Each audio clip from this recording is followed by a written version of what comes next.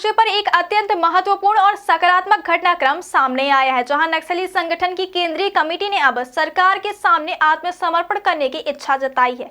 यह घटनाक्रम नक्सली कमांडर माडवी हिड़मा के कथित एनकाउंटर के बाद आया, जिसे सुरक्षा बलों के लिए एक बड़ी सफलता और नक्सलियों के लिए एक निर्णायक बैकफुट माना जा रहा है। नक्सलियों की केंद्रीय कमेटी की ओर से एमएमसी जोन के प्रवक्ता अनंत द्वारा एक पत्र जारी किया गया। यह पत्र छत्तीसगढ़, मध्य प्रदेश और महाराष्ट्र तीनों राज्यों के मुख्यमंत्रियों को संबोधित है। इस पत्र में नक्सली संगठन ने स्पष्ट किया कि वह हथियार छोड़कर पुनर्वास योजना को स्वीकार करने के लिए तैयार है। यह घोषणा नक्सल प्रभावित क्षेत्रों में शांति बहाली की दिशा में एक बड़ी सफलता मानी जा रही है। पत्र की खास बात यह है कि नक्सली संगठन ने अपने पारंपरिक पीएलजीए सप्ताह को भी इस बार न मनाने का फैसला किया। कमेटी ने कहा कि 15 फरवरी 2026 तक की इस निर्णायक अवधि में किसी भी प्रकार की नक्सल गतिविधि नहीं होगी और संगठन की सभी इकाइयां पूरी तरह से शांत रहेंगी।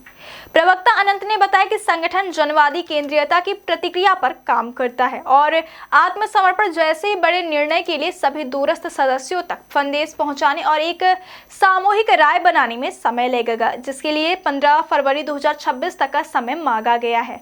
नक्सली संगठन ने तीनों राज्य सरकारों से अपील की है कि इस अवधि के दौरान सुरक्षा बलों के अभियान और इनपुट आधारित ऑपरेशनों को रोक दिया जाए, ताकि आत्मसमर्पण और संवाद की प्रक्रिया सुचारू रूप से आगे बढ़ सके।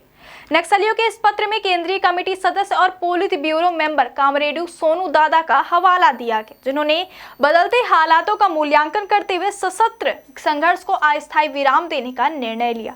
इस कदम को सीसीएम सतीश दादा और सीसीएम चंद्रन्ना का भी समर्थन प्राप्त है। एमएमसी जोन अपने दूरस्थ साथियों तक संदेश पहुंचाने के लिए अतिरिक्त समय देने का अनुरोध कर रहा है। संगठन ने सरकार से यह भी अपील की कि कमेटी के संदेश को दूरस्थ इलाकों में मौजूद सदस्यों तक पहुंचाने के लिए रेडियो पर प्रसारित करने की अनुमति दी जाए, क्योंकि कई क्षेत्रों में रेडियो ही बाहरी दुनिया से जानकारी प्राप्त करने का एकमात्र माध्यम है। यह बदलाव नक्सली कमांडर हिड़मा के एनकाउंटर से जोड़कर देखा जा रहा है। हिड़मा के एनकाउंटर के बाद से ही नक्सली संगठन में खलबली मची हुई है। हालांकि 21 नवंबर को नक्सलियों ने एक अन्य पत्र जारी कर हिड़मा के एनकाउंटर को फर्जी करार दिया और दावा किया था कि वह बीमारी के इलाज के लिए विजयवाड़ा गया था, जहां पुलिस ने उसे हिरासत में लिया और बाद में अल्लूरी सीतारामा राजू जिले के मारेडुमल्ली इलाके में उसकी पत्नी समेत 6 लोगों की हत्या कर दी।